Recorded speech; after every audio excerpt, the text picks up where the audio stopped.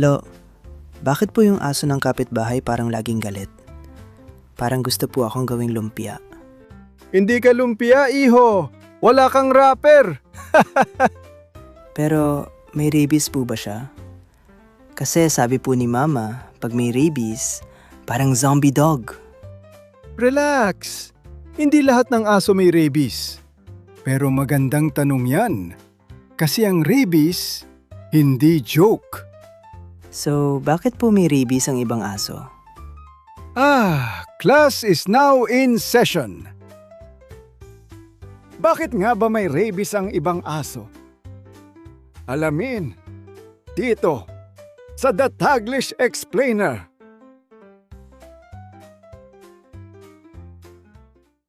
Ang topic na ito ay mula kay Patsy Doodle. Salamat sa suggestion mo. Magandang araw sa inyong lahat. Ako si Professor Ipaliwanag ng University of Life.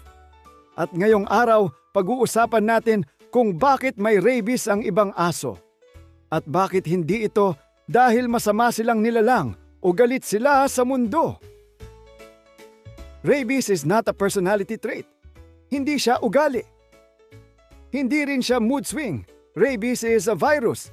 Isipin mo siyang hacker na pumapasok sa utak ng aso at inaagaw ang control panel ng kanyang behavior.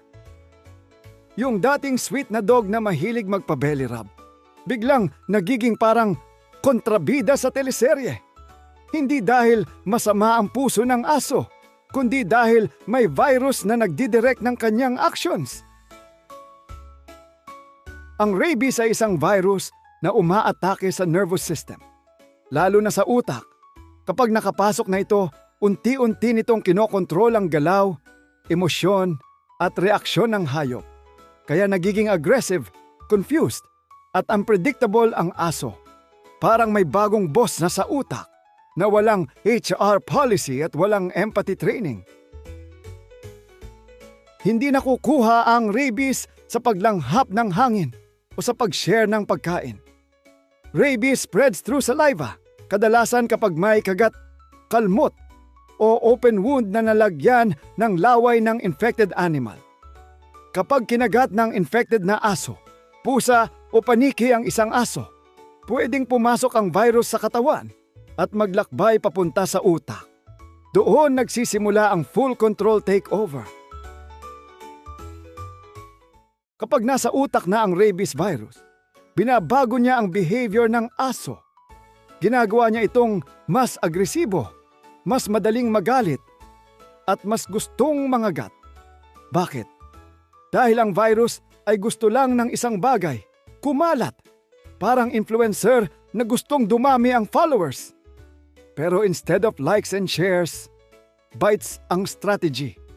Kaya mas aggressive ang aso, mas unpredictable, at mas parang may pinagdadaan ng existential crisis kahit hindi pa siya nagbabayad ng bills.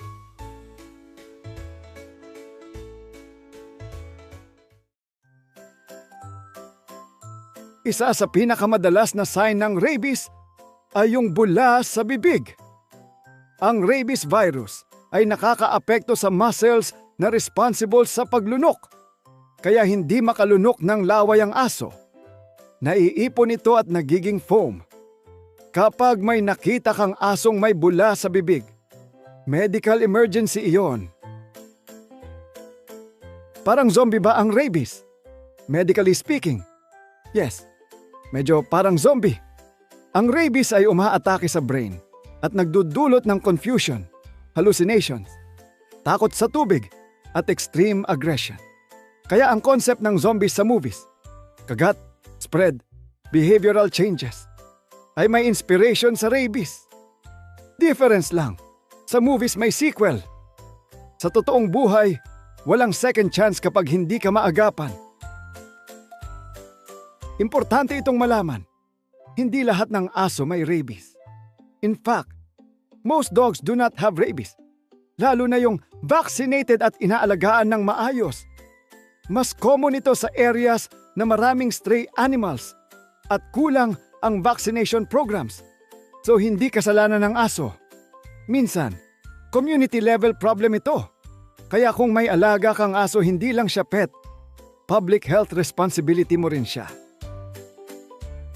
Bakit kailangan ng bakuna? Ang rabies vaccine ay parang training ng security guard sa katawan ng aso. Kapag pumasok ang virus, may ready ng antibodies na lalaban. Without vaccine, parang walang guard ang utak. Welcome ang virus. With vaccine, parang exclusive club na may bouncer. Anong gagawin kapag nakagat ka? Very important ito. Kapag nakagat ka ng aso, kahit cute pa siya, kahit may ribbon pa siya sa leeg, kahit may Instagram account pa siya, wash the wound immediately. Hugasan ng soap at running water for at least 15 minutes. Hindi ito dramatic effect. Scientifically proven, ito na nakakabawas ng virus load. Pagkatapos, pumunta agad sa Animal Bite Treatment Center. Rabies is almost 100% fatal once symptoms appear, pero 100% preventable kung maagapan. Noong panahon namin, may mga pamahiin pa, tulad ng pag-observe sa aso o paglalagay ng kung ano-anong halamang gamot.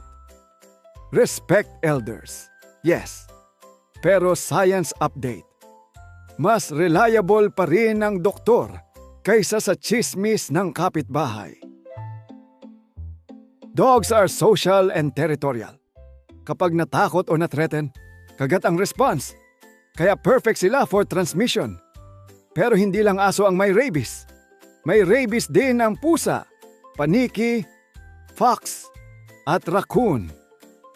Sa Pilipinas, dogs ang main source, kaya dog vaccination ang pinakamahalaga. Rabies is one of the oldest diseases known to humans, pero may namamatay pa rin kahit preventable na siya.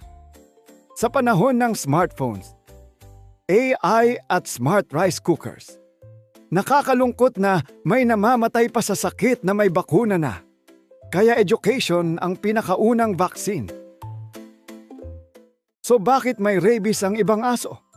Dahil ang rabies ay isang virus na naipapasa sa pamamagitan ng laway, lalo na sa kagat. At inaapektuhan nito ang utak, kaya nagiging aggressive ang hayop para mas kumalat ang virus. Hindi ito dahil masama ang aso, hindi dahil masungit siya sa buhay, at hindi dahil may personal siyang galit sa mailman. Victim lang siya ng virus na gustong mag-travel without passport. Ang magandang balita, rabies is preventable. Vaccinate your pets, be responsible pet owners. At kapag nakagat, maghugas agad at magpatingin sa doktor.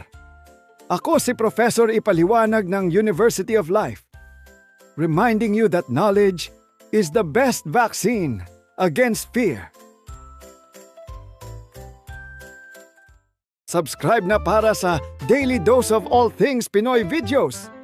Ako si Prof. Ipaliwanag and this is the Taglish Explainer Channel.